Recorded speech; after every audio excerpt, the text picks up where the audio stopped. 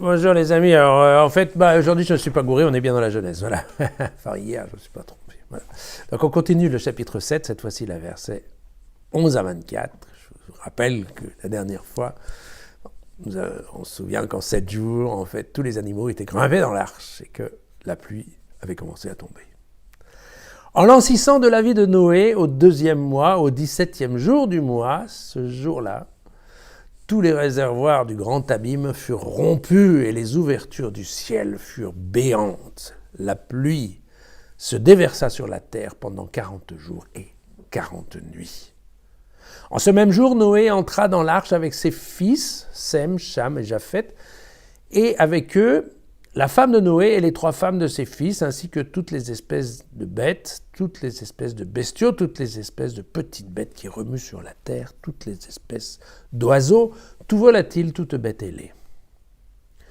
Ils vinrent à Noé dans l'arche, couple par couple, de toute créature animée de vie. C'était un mâle et une femelle de toute chair qui entraient. Ils entrèrent comme Dieu l'avait prescrit à Noé. Le Seigneur ferma la porte sur lui. Le déluge eut lieu sur la terre pendant 40 jours. Les eaux grossirent et soulevèrent l'arche qui s'éleva au-dessus de la terre.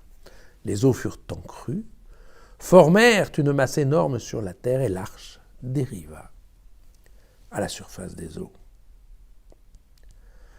La crue des eaux devint de plus en plus forte sur la terre et sous toute l'étendue des cieux, toutes les montagnes les plus élevées furent recouvertes par une hauteur de 15 coudées. Avec la crue des eaux qui recouvrirent les montagnes, expira toute chair qui remuait sur la terre, oiseaux, bestiaux, bêtes sauvages, toutes les bestioles qui grouillaient sur la terre, et tout homme. Tous ceux qui respiraient l'air par une haleine de vie, tous ceux qui vivaient sur la terre ferme, moururent. Ainsi le Seigneur effaça tous les êtres de la surface du sol, hommes, bestiaux, petites bêtes et même les oiseaux du ciel, ils furent effacés.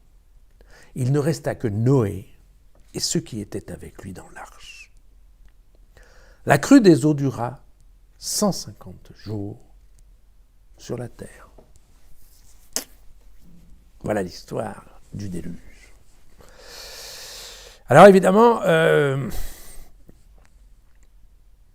on se souvient que, effectivement, on avait vu ça la dernière fois, hein, que dans le chapitre 6, c'était une version qui était sacerdotale, donc il n'y avait qu'une espèce, enfin, qu'un couple par espèce, et puis que chapitre 7, donc la dernière fois, on a vu que c'était en effet la version yaviste de Yahvé, et que donc là, par contre, il y avait une différence, on comptait sur 7 couples dans le cas des animaux purs, car on prévoyait le nombre exact pour faire des offrandes, mais vous voyez qu'ici, avec les 150 jours que durera la crue des eaux, il y aura une erreur dans la prévision des sacrifices. Voilà. Ici, le texte est un peu difficile parce que les 2 versions sont intimement mêlées. Et donc, on a un peu du mal à retrouver ces petits. Je dois vous dire que ce n'est pas toujours facile. Ceci étant, ce qui est certain, c'est qu'on voit bien dans le texte qu'il y a une sorte de décréation, d'accord ? C'est-à-dire que globalement, tout ce qui avait été prévu au chapitre 1 et que nous avions lu ensemble, hein, en particulier les chapitres 5 et 6, vous savez, le remplissage des cadres, eh on voit bien qu'ici, il y a une marche arrière et qu'en fait, tout disparaît.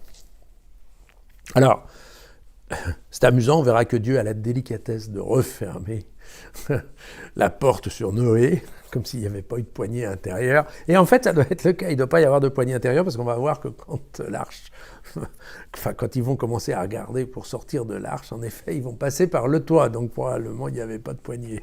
C'est ce genre de détail, moi, qui me fait absolument rire. Comme quoi les gens qui ont écrit le bouquin pensaient à tout. Voilà. Noé, voilà. Noé qui peut-être aurait dit « après moi le déluge ». Mais enfin, ça, c'est pas certain. Voilà.